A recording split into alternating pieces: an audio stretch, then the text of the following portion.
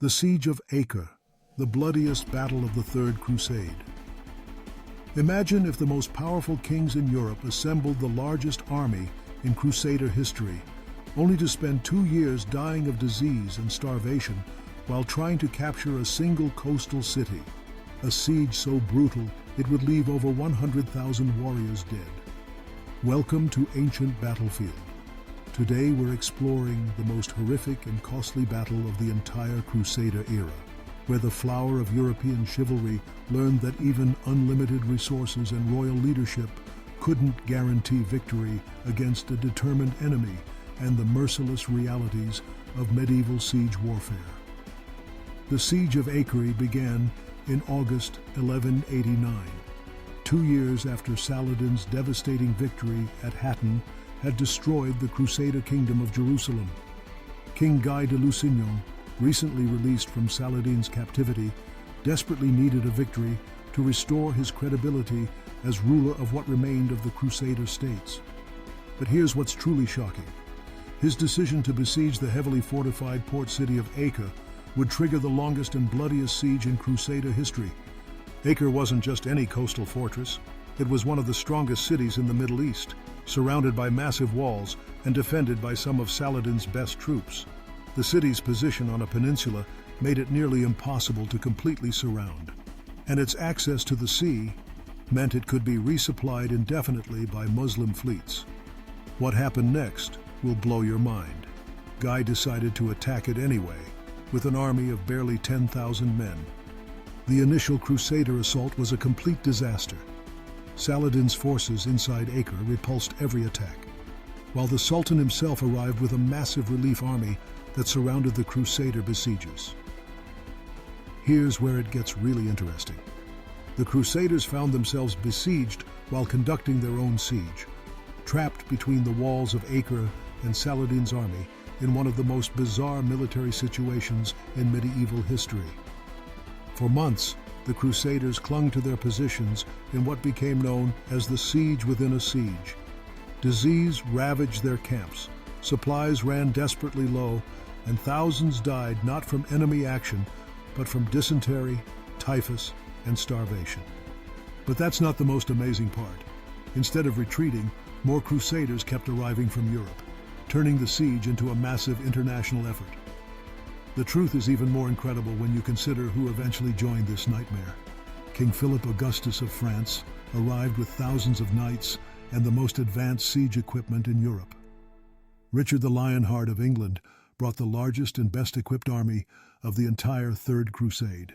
Holy Roman Emperor Frederick Barbarossa had died en route, but his German forces still made it to Acre. By 1191, the Crusader army outside Acre numbered over 100,000 men, the largest Christian force ever assembled in the Holy Land. They possessed massive siege towers, powerful catapults, and enough supplies to sustain a campaign for years. Can you imagine the confidence these kings must have felt, with such overwhelming force at their disposal? Yet Saladin's defenders held firm. The Muslim garrison inside Acre, numbering perhaps 5,000 men, conducted one of the most heroic defenses in medieval military history. They repaired walls damaged by Christian siege engines, launched devastating sorties against Crusader camps, and maintained communication with Saladin's relief force through ingenious methods, including carrier pigeons and swimmers. Here's where it gets really interesting. The siege became as much about politics as military action. Richard the Lionheart and Philip Augustus, supposedly united in holy war, spent as much time quarreling with each other as fighting Muslims. Their rivalry nearly destroyed the Crusader effort multiple times, with French and English troops sometimes fighting each other instead of their common enemy.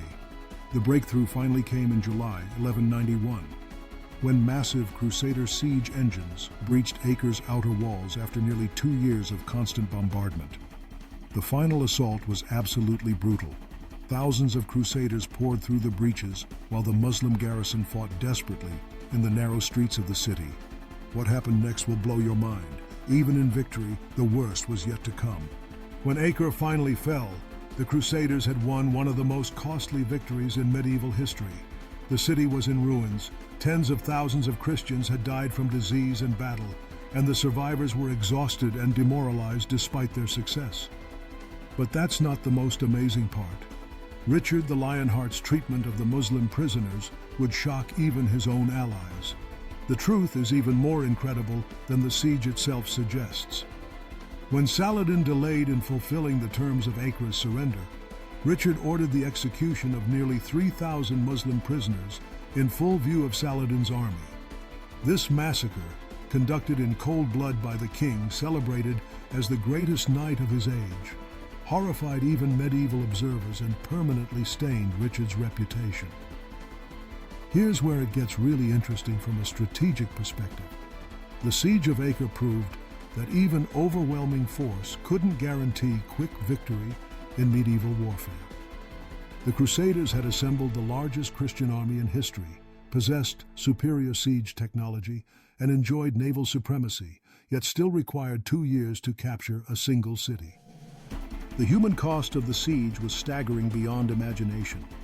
Contemporary sources suggest that over 100,000 people died during the 2-year campaign, more casualties than many entire wars. The majority died not from combat, but from the diseases that invariably ravaged medieval armies during extended campaigns. But that's not the most amazing part. Despite this enormous cost in lives and resources, the capture of Acre achieved relatively little for the Crusader cause. Jerusalem remained in Muslim hands, Saladin's power was largely intact, and the Third Crusade would ultimately end in compromise rather than the total Christian victory that had been promised. Can you imagine how different the history of the Crusades might have been if Richard and Philip had cooperated effectively from the beginning? With unified leadership and coordinated strategy, the Third Crusade might have achieved its goals with far less bloodshed and suffering. The Siege of Acre, the bloodiest battle of the Third Crusade, stands as a monument to the terrible costs of medieval warfare and the dangers of royal ego overriding military necessity. It proved that sometimes even the greatest victories can be so costly that they feel more like defeats, and that the pursuit of glory often comes at an unacceptable price in human suffering. Today, as we study prolonged military conflicts and the importance of unified command, we can learn from the tragic lessons of Acre that overwhelming force without strategic wisdom, political unity, and clear objectives often leads to Pyrrhic victories that benefit no one. What do you think was the most crucial mistake made during this brutal siege? Let me know in the comments, and don't forget to subscribe for more costly lessons from ancient battlefields.